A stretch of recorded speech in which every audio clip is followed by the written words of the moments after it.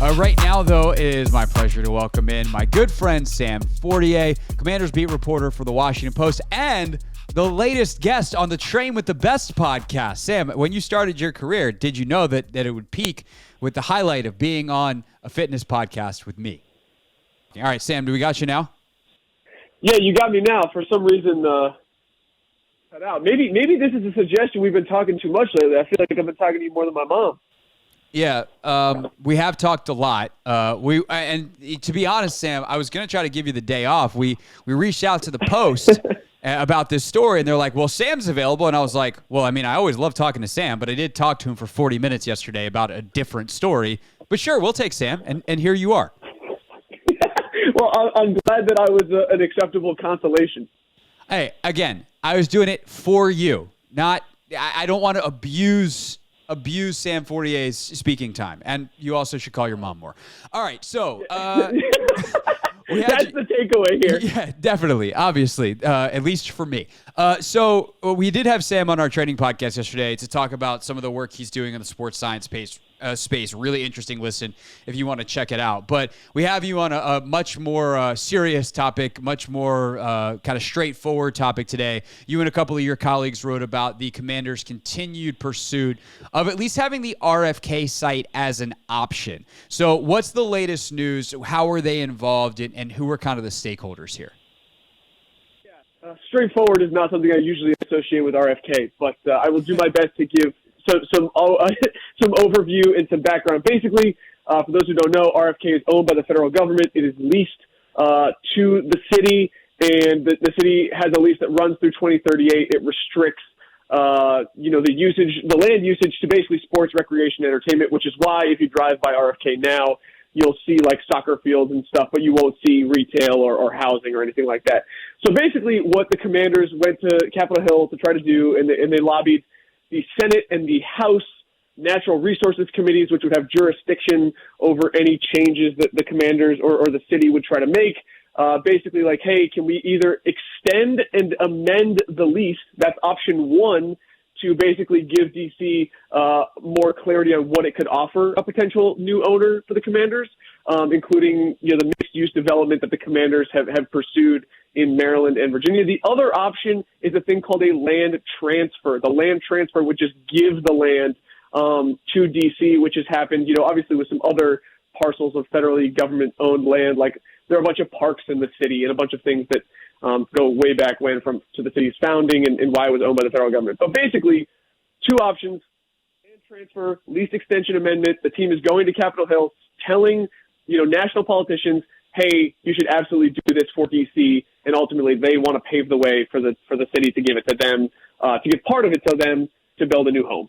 So follow-up questions start with this. Under the current structure, because there is like a sports recreation cutout or assigned usage for right now, could they build a stadium without the mixed-use facility, without the housing, without the restaurants, without the anything else? Could they just, the way, like with the city's blessing right now, tear down what is current RFK, which I think is happening already, that or it's just falling apart? I can't remember which stage of the process we're at, natural destruction or artificial. But could they just knock down the stadium and then build a new one right on that same exact land and be okay? Or do they need that amended lease to even do that before we get to the mixed use type of stuff that the Commanders would like to do? Well, there's two parts to that. First, RFK is being taken down in pieces. There's not going to be a big demolition, blow it up, like let's live stream this and make a really good YouTube video out of it. So they're not mutually exclusive. Both of those things are happening, to be honest. I mean, there's a lot of people that live in that area, so I don't know if they mind the approach as much. Sam, have we met? I'm a content creator for the clicks. Right. Excuse me. I'm sorry. I'm so sorry to the residents of Southeast DC. Anyway, continue with actual information. So I would say that here's the thing. Theoretically, it is possible that even if the lease were extended but not amended, because the lease right now only goes till 2038. So you're not going to build a stadium under any circumstances if you don't have clarity beyond 2038. If it were just extended to, 50 years or whatever, and okay, we can put a stadium there, it's theoretically possible that they could just build a new stadium. But I think the mixed-use development is not only important to the new Commanders owner, or would be the new Commanders owner. But I think it's also important to the league because, as you've seen, the stadiums that are in the ocean of parking lots and that are used 8 days a year, that is not what the new wave is. And you have a bunch of different examples. SoFi in LA, Truist Park, where the Braves play in Atlanta. It's all about mixed use. It's all about creating an experience and whatever other buzzwords you want to use. So basically, I would have a very hard time imagining just putting a stadium in the middle of parking lot or national parkland. I think you need the lease extension and amendment for it to be really table when it comes to the new owner evaluating where he's going to put the stadium. Sam Fortier, Washington Post, with us here on the Hoffman Show. I'm not wearing my 51st state hoodie today. I was wearing it yesterday. How much of this has to do with the fact that D.C. is not in control as a state in the way that, like, if this was federal land in Virginia or Maryland, perhaps, that this could be easier? Or is this because, no, this is like national park, federal land. This is the kind of thing that could happen in any state?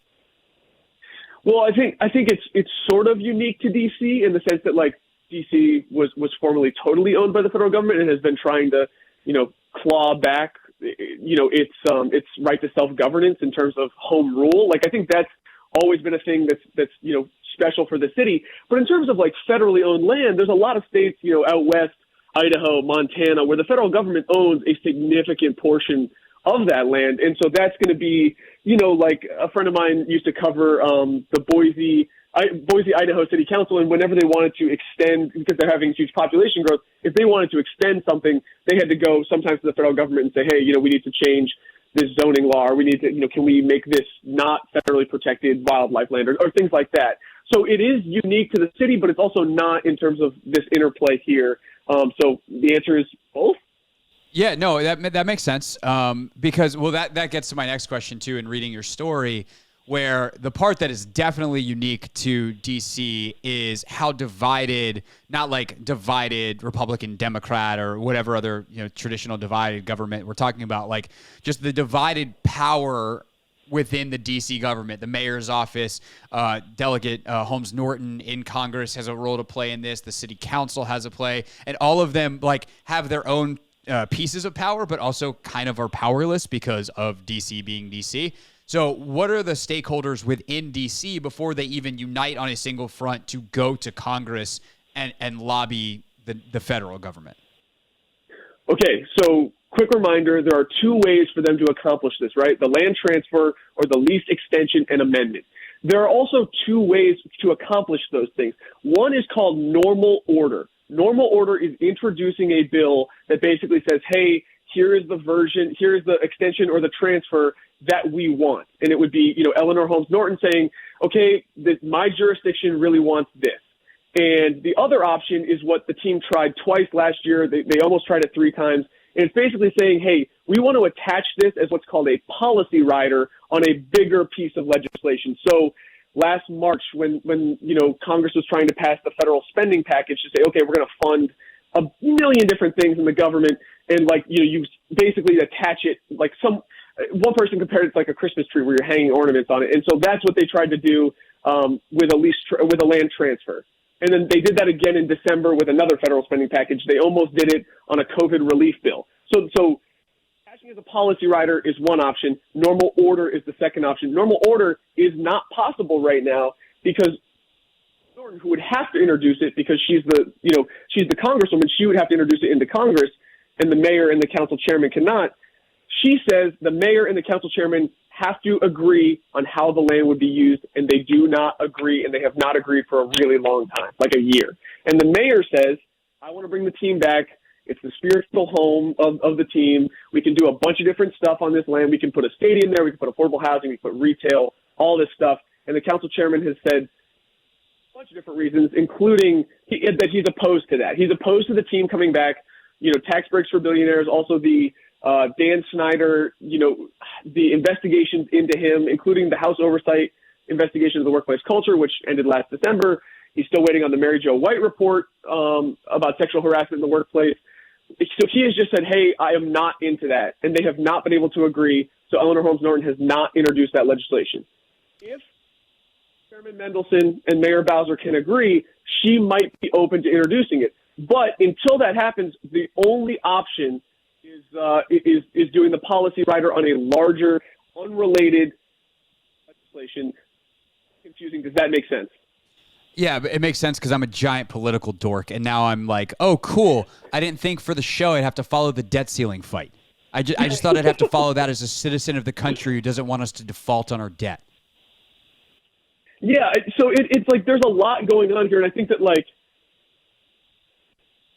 the team. It's not just in the last year they have tried this like policy rider on a larger piece of legislation. Like this was the plan going back to the Bruce Allen era. You know, they tried to get it into the federal spending package, I believe in 2018 or 2019, with Bruce Allen, and then Liz Clark, one of my colleagues, wrote a story about it, and they ultimately took it out at the very last minute. So that has been the thing that they have done over and over and over again. And I think that them going to Capitol Hill and lobbying and talking to these natural resource committees is a little bit of a shift in approach, because the team has always said, hey, you know, not the team, the mayor and Congress have always said, okay, we could, or one leader in Congress could say, okay, we'll slip it in, we'll figure it out, like we can take care of it this way. And so the team is now going and saying, hey, like, let's address this at part A, so that when part B comes, we're all on the same page, and it gives us a higher likelihood of this passing and actually getting RFK back to the city, or giving the city more control over RFK. Definitely. If you want more details on this, read Sam's report, WashingtonPost.com/sports. All right, Sam, hard left turn because we just had news come in, and get your reaction. I'm going to ask you a football question. Your brain ready for that? Has this happened since we've been on the radio? Yes, it has. According to Adam Schefter, Dexter Lawrence reached an agreement with the Giants. 4 years, $90 million, $60 million guaranteed. So that is more than Deron Payne. Payne had 45 guarantees. I guess 60 total, but 45 fully guaranteed. So it sounds like actually they got pretty close to the same deal. Thoughts on Dexter Lawrence signing a gigantic contract with the Giants? Well, I mean, it's good for the Giants. I think Dexter Lawrence is an excellent player inside. I think he brings a lot of juice, not only in stopping the run, but also in the pass rush. I think that he is a valuable, piece for them to retain. And it just reminds me of how much better, the defensive lines in the NFC East are getting. I mean, obviously you had the Eagles add Jalen Carter in the draft. Other teams added, other pieces in the draft. Micah Parsons is moving to defensive end full time, according to the Dallas Morning News. Like, this is I think one of the premier defensive line divisions in football right now. And so for Dexter Lawrence to stick around, I think that's going to be a really interesting test for the Washington Commanders' rebuilt interior offensive line, and we can have a totally separate discussion about that, whether they really address that in the best way possible. They got younger. I mean, really, that's an interesting addition and retention of, I think, a pretty good player. Yeah, definitely. He was awesome last year. And I think it's interesting, like Commanders, getting basically the same deal for Payne a couple months ago, and the clarity that provided them is interesting. Yeah, and we could have a whole separate discussion, but I do think I've talked to you enough for the last couple of days. And again, that's not a personal preference. Sam, if I could have you co-host the show, I would. I think it'd be a great show. But we don't pay you. You're just nice enough to come on, and then we say, hey, go read Sam's articles in the Post. Yeah. Buy me dinner at Buddy's on 11th at some point, and we can call it even. Deal. Done. I'll see you there. Not this weekend because I'm leaving town tomorrow, but when I get back. Done. Oh, where are you going? Going home to see my parents, which brings us really honestly full circle. You should call your mother. I'm going to go do that right now. Thanks, Excellent. Craig. All right. See you, buddy. Sam Fortier with us here on The Hoffman Show. This is The Hoffman Show on the Team 980 and the Odyssey app.